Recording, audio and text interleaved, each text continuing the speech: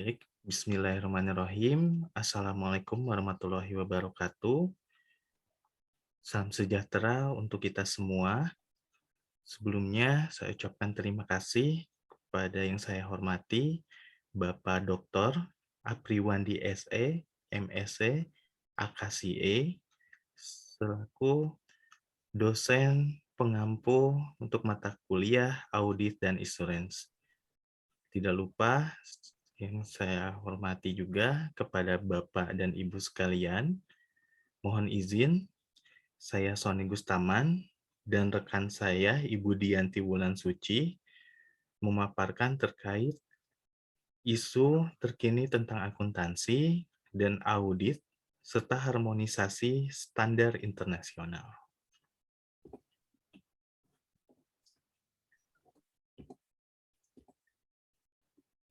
Bahwa harmonisasi merupakan proses untuk meningkatkan kompabilitas kesesuaian praktek akuntansi dengan menentukan batasan-batasan seberapa besar praktik-praktik tersebut dapat beragam.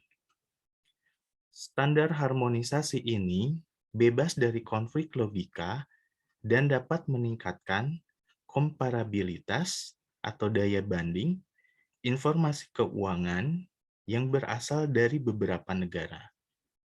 Upaya untuk melakukan harmonisasi standar akuntansi telah dimulai jauh sebelum pembentukan Komite Standar Akuntansi Internasional pada tahun 1973.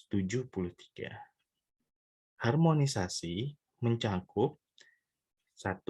Standar akuntansi, pengukuran dan pengungkapan yang dibuat oleh perusahaan-perusahaan publik terkait dengan penawaran surat berharga dan pencatatan pada bursa efek. Dan yang ketiga, standar audit. Keuntungannya sendiri, yang pertama, pasar modal menjadi global dan modal investasi dapat bergerak di seluruh dunia tanpa hambatan. Standar pelaporan kualitas tinggi digunakan secara konsisten di seluruh dunia akan memperbaiki efisiensi alokasi modal. Terkait dengan hubungannya pasar modal. Yang kedua, investasi dapat membuat keputusan investasi lebih baik, portofolio akan lebih beragam, dan risiko keuangan berkurang.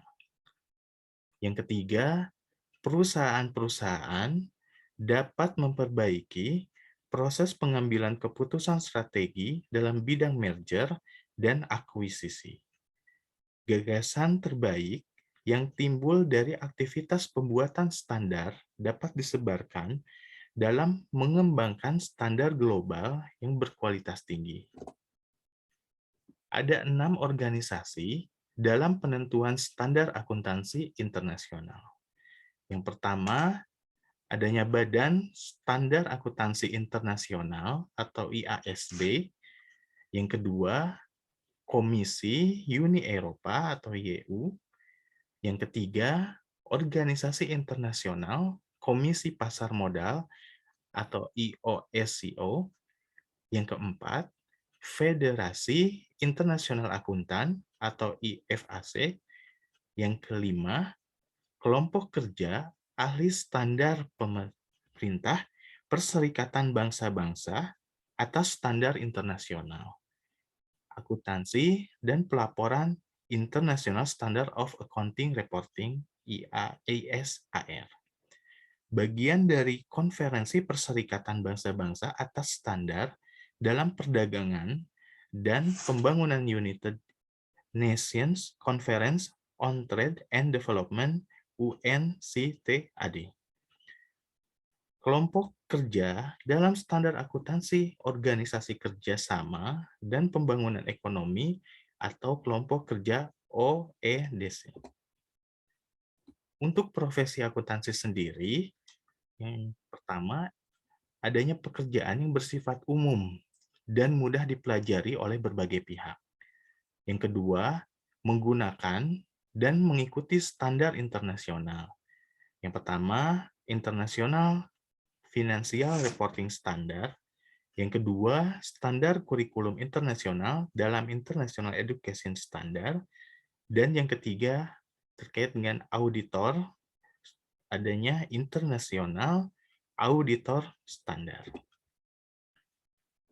Kontan global profesional. Menggunakan standar akuntansi internasional dalam menyusun laporan keuangan. Ada beberapa terkait dengan standar akuntansi internasional, di antaranya yang pertama, International Public Sector Accounting Standard, yang kedua, International Financial Reporting Standard, yang ketiga, International Financial Reporting Standard for Small Medium Enterprise, yang keempat, auditor bekerja dengan International Auditing Standard, yang kelima, tunduk pada kode etik internasional. Yang keenam, menggunakan standar kerja internasional sehingga dapat dengan mudah bekerja di lingkungan global. Dan yang kelima, yaitu menuntut peningkatan kualifikasi sehingga memenuhi ketentuan standar internasional. Terkait dengan isu yang ada di accounting akan dibahas terkait dengan era di masa sekarang, di mana adanya era di industri 4.0. Apa itu industri 4.0? Karena sudah sangat digaungkan ya dengan sekarang. Dan industri 4.0 menurut Angela Merkel di tahun 2014 bahwa revolusi industri 4.0 adalah transformasi komprehensif dari keseluruhan aspek produksi di industri melalui penggabungan teknologi digital dan internet dengan industri konvensional. Sedangkan menurut Herman DKK tahun 2015 mengatakan bahwa revolusi industri 4.0 adalah sebuah era industri digital di mana seluruh bagian yang ada di dalamnya saling berkolaborasi dan berkomunikasi secara real time, di mana saja, kapan saja, dengan pemanfaatan IT, teknologi informasi berupa internet dan CPS, IoT dan iOS, guna menghasilkan inovasi baru atau optimasi lainnya yang lebih efektif dan efisien. Maka, industri 4.0 adalah nama tren otomasi dan pertukaran data terkini dalam teknologi pabrik. Istilah ini mencangkup sistem cyber, fisik, internet untuk segala komputasi awan, dan komputasi kognitif.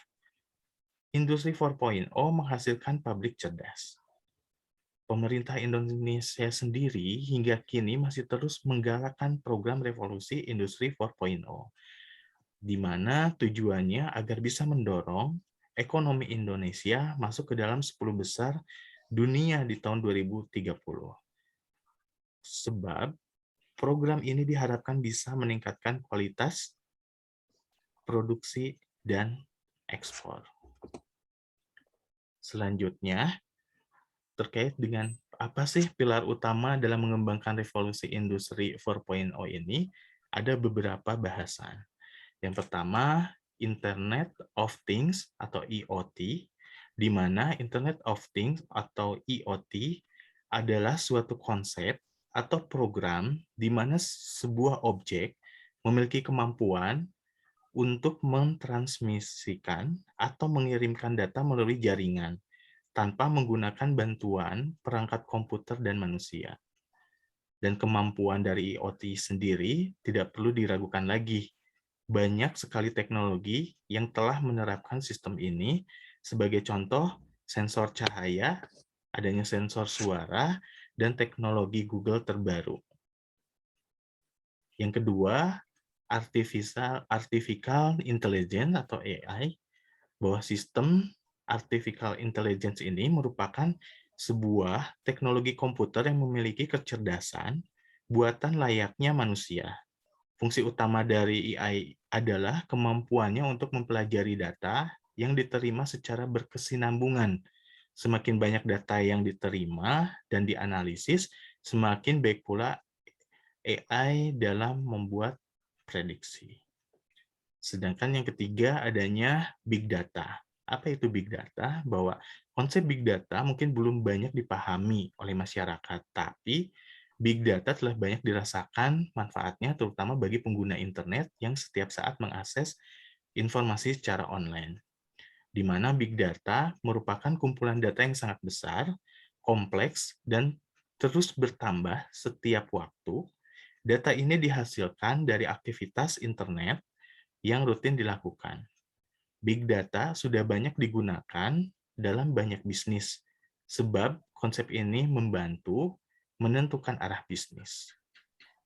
Selanjutnya, yang keempat, adanya argumen reality, di mana argumen reality teknologi yang menggabungkan benda maya 2 dimensi, 3 dimensi ke dalam sebuah lingkungan nyata 3 dimensi. Dan kemudian memproyeksikan benda-benda maya tersebut ke dalam waktu nyata. Poin kelima, adanya cyber security, di mana upaya untuk melindungi informasi dari adanya cyber attack. Hal ini bisa berupa fitur SSL sertifikat pada hosting guna melindungi data pengguna. Selanjutnya, additive manufacturing, di mana additive manufacturing ini merupakan terobosan baru di industri manufaktur yang sering kita kenal menggunakan printer 3D. Dalam era digital saat ini, gambar desain digital yang telah dibuat dapat diwujudkan menjadi benda nyata dengan ukuran dan bentuk yang sama seperti desain. Selanjutnya yaitu sistem integration, bahwa sistem integrasi merupakan rangkaian yang menghubungkan beberapa sistem, baik secara fisik maupun secara fungsional.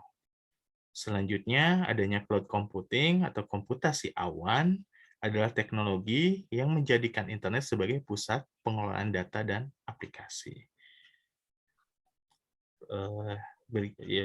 Itu merupakan pilar utama dalam mengembangkan revolusi industri 4.0 ini. Selanjutnya, untuk tahapan revolusi, insya Allah akan disampaikan oleh Ibu Dianti. Silakan Ibu Dianti, waktu saya persilakan. Ya. Baik, selanjutnya akan saya jelaskan. Sebenarnya revolusi industri sendiri sudah dimulai sejak masa 1800-an, seperti penemuan mesin uap, atau mendorongnya munculnya kapal uap, kereta api uap, mesin pabrik bertenaga uap, dan lain-lain. Sedangkan di tahun 1900-an, penemuan listrik dan assembly line yang meningkatkan produksi barang. Di tahun 2000 lebih meningkat lagi inovasi-inovasinya, seperti contohnya inovasi teknologi informasi, komersialisasi, dan adanya personal komputer. Saat ini, revolusi industri 4.0, kegiatan manufaktur terintegrasi melalui teknologi wireless dan big data secara masif. Ya. Next, Mas. Apa sih karakteristik dari utama revolusi industri 4.0? Yang pertama adalah kehadiran disruptif teknologi yang begitu cepat dan pesat sehingga memberikan ancaman bagi industri-industri raksasa. Sedangkan yang kedua adalah perubahan ukuran perusahaan. Perusahaan tidaklah besar tetapi mesti lincah dalam memanfaatkan teknologi dan informasi. Lanjut, Mas. Fokus utama dari 4.0 adalah shorten time to market, yaitu siklus inovasi yang lebih singkat, produk yang lebih kompleks, serta volume data yang lebih besar. Yang kedua adalah increase flexibility, yaitu mass production yang lebih terindividualisasi, pasar yang volatile, serta produktivitas yang tinggi. Yang ketiga adalah boost in efisiensi. Efisiensi energi dan sumber daya menjadi faktor utama dalam berkompetisi secara kritikal. Saat ini berbagai macam kebutuhan manusia telah banyak menerapkan dukungan internet dan dunia digital sebagai wahana interaksi dan transaksi seperti contohnya marketplace, smart appliance, dan e-education. Lalu bagaimana dengan akuntansinya sendiri? Ya, lanjut Mas. Pasti adanya peluang dan tantangan profesi akuntan di saat ini. Perkembangan teknologi bisa mengubah bisnis seperti pendanaan atas bisnis dengan munculnya banyak aset berupa teknologi. Yang kedua adalah sumber daya yang dibutuhkan dalam bisnis adalah tidak banyak SDM, termasuk staf akuntansinya pun. Yang ketiga adalah pembuatan dan pengembangan perusahaan baru yang berbasis virtual office atau shop. Yang ketiga adalah penjualan produk jasa yang bisa kita lakukan di online marketplace. Ya, lanjut Mas. Akuntansi di masa depan akan berbasis dengan cloud. Yang kedua adalah akuntansi mendapat pengaruh kekuatan penggunaan big data. Yang ketiga adalah akuntansi akan mengintegrasikan informasi keuangan non-tradisional dalam sistem modern. Yang keempat adalah pekerjaan akuntansi bersifat efisiensi dan mobile. Yang kelima, peran akuntansi berubah secara radikal. Sehingga masa depan akuntan sangat berpengaruh. Ya, lanjut.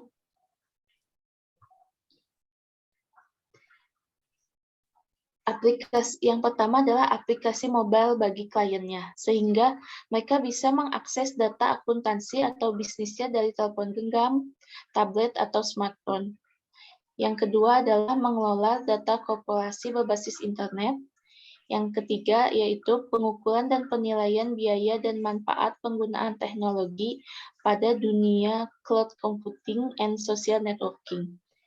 Yang keempat adalah akuntansi akan berkurang karena perangkat lunak dijalankan bisa secara mandiri. Yang kelima adalah CFO mesti memahami teknologi, tidak hanya manajemen keuangan saja. Dan yang keenam, jika tidak menggunakan teknologi, akuntan akan tertinggal. Hasil dari audit laporan keuangan sendiri yang berbasis real-time, regulasi dan auditor langsung bisa menarik data secara otomatis dari sistem dan sensor melekat pada kegiatan operasionalnya. Jika akuntan tidak ahli dalam informasi, maka profesi lain dapat mengambil alih fungsi akuntan. Akuntan adalah expert dalam bidang penyedia informasi keuangan, dan teknologi informasi menjadi kebutuhan pokok yang harus dimilikinya. Maka akuntan di masa 4.0 adalah, lanjut Mas, kita mesti dapat menyediakan insight atas data, yaitu dengan pertama mengidentifikasi pertanyaan atas data, yang kedua melakukan analisis statistikal, yang ketiga mengecek kualitas data, dan yang keempat adalah menginterpretasikan hasil olah data. Lalu akuntan menjadi penasehat. Bisa sebagai penasehat umum, spesialis, dan mengambil peran sebagai partner bisnis. Yang ketiga adalah akuntan bisa menjadi bermitra dengan teknologi, seperti maksudnya yaitu bisa memanipulasi data, bekerja dengan robot atau mesin sejenisnya, dan melatih model kecerdasan buatan atau artificial intelligence, dan berkembang ke area-area baru yang berkelanjutan, non-financial reporting, dan cyber security. Lanjut, Mas. Bagaimana dengan auditor untuk menghadapi tantangan auditing evolusi industri 4.0 bisa memberikan dampak positif bagi kinerja manajemen perusahaan. Tujuan menyeluruh dari seluruh laporan audit adalah menyatakan pendapat apakah laporan keuangan perusahaan telah menyajikan secara wajar dalam semua hal yang material sesuai dengan prinsip-prinsip akuntansi yang berlaku secara umum. Proses dalam diagnosanya adalah membuat pertimbangan tentang akun mana yang mungkin kita mengandung salah saji, serta memperoleh bukti tentang penyajian yang wajar dalam laporan keuangan, sesuai dengan praktis Guide Internal Auditing and Fraud yang dikeluarkan oleh IIA Mei tahun 2011 lalu. Peran aktivitas audit internal dalam investigasi tidaklah kaku dan tidaklah tunggal. Menurut IIA, aktivitas audit internal dimungkinkan untuk memikul tanggung jawab utama. Investigasi kecurangan. Selain itu, aktivitas audit internal dapat juga bertindak sekedar sebagai penyedia sumber daya untuk investigasi, atau sebaliknya, dan dapat juga tidak dilibatkan dalam investigasi. Aktivitas audit internal dapat tidak terlibat dalam investigasi diantaranya kalau kita bertanggung jawab menilai efektivitas investigasi. Sebab lainnya adalah karena tidak memiliki sumber daya yang memadai untuk terlibat dalam investigasi. Jika auditing di era revolusi industri 4.0, banyak sekali tantangan-tantangannya. Yang pertama adalah disrupsi teknologi, yaitu kemunculan aplikasi atau software akuntansi. Teknologi ini mampu menggantikan peran auditor karena bisa menampilkan dan melaporkan data secara real-time secara akurat. Tidak hanya itu, harganya yang terjangkau dan berbagai kemudahan yang ditawarkan aplikasi akuntansi menjadi daya tarik tersendiri bagi pengusaha. Maka, auditor belum tentu mampu menyelaraskan kemampuan dengan teknologi tersebut. Yang kedua adalah melakukan preventive audit internal dengan cara memastikan data yang dimasukkan ke sistem sesuai dengan di prosedur yang berlaku, karena terkadang pengusaha maupun auditor terlena dengan kecanggihan teknologi akuntansi. Teknologi akuntansi memang dirancang untuk akurat dan transparan, tetapi tidak bisa melihat risiko kecurangan yang hanya bisa dikendalikan oleh penggunanya. Yang ketiga, tantangan dalam auditing 4.0 yaitu meningkatkan pengetahuan sesuai perkembangan zaman. Yang keempat adalah menjadi konsultan internal yang profesional. Yang kelima, meningkatkan kinerja organisasi sehingga auditor dapat menilai secara objektif dan memberikan rekomendasi langkah kepada manajemen. Selain itu, auditor juga harus mampu mengoreksi seberapa efisienkah penggunaan sumber daya di level manajemen. Dan yang terakhir adalah tantangannya memastikan data yang terhubung secara internet. Next, Mas. Lalu bagaimana dengan pandemi sekarang? Pandemi COVID-19 mengubah banyak hal. Di antaranya membuat praktik profesi akuntan publik tidak berjalan mulus. Tak sedikit dari praktisi ini mengalami kendala dalam memenuhi kewajiban SKP PPL. Kegiatan jaringan KAP seperti inspeksi global, pembelajaran global, pemeriksaan jaringan internasional, pengelolaan arus kas, dan pengkomunikasian pesan utama pun ikut terkena dampaknya. Belum lagi di dalam manajemen KAP itu sendiri, proses inspeksi internal, infrastruktur, teknologi, sampai dengan pengelolaan karyawan juga menghadapi tantangan. Singkat kata, pandemi COVID-19 mempengaruhi sebagian besar proses bisnis yang dijalankan oleh KAP. Maka auditor dapat mengevaluasi risiko tambahan yang muncul sebagai gangguan operasional pada setiap perubahan model bisnis. yang diakibatkan oleh pandemi. Penerimaan perikatan audit dan keberlanjutan klien tak boleh luput dari pertimbangan auditor. Harus mengidentifikasi dan menilai risiko audit yang juga menelaah kembali penilaian risiko yang telah dilakukan oleh manajemen. Di situ, auditor menilai apakah manajemen telah mengidentifikasi signifikansi risiko bisnis yang muncul dan bagaimana kemampuan entitas untuk mempertahankan kelangsungan usahanya. Selanjutnya, auditor mereview pengendalian mutu perikatan yang dapat menjadi indikator penerimaan perikatan audit dan keberlanjutan klien. Auditor dituntut untuk memodifikasi laporan audit dan merumuskan suatu opini atas laporan keuangan dengan mempertimbangkan prinsip yang dinyatakan dalam SA 700, yaitu perumusan suatu opini dan pelaporan atas laporan keuangan, SA 705 tentang modifikasi terhadap opini dalam laporan audit independen, dan SA 706, paragraf penekanan suatu hal dalam paragraf lain dalam laporan auditor independen, serta memodifikasi LAI sesuai dengan SA 570 tentang keberlangsungan usaha.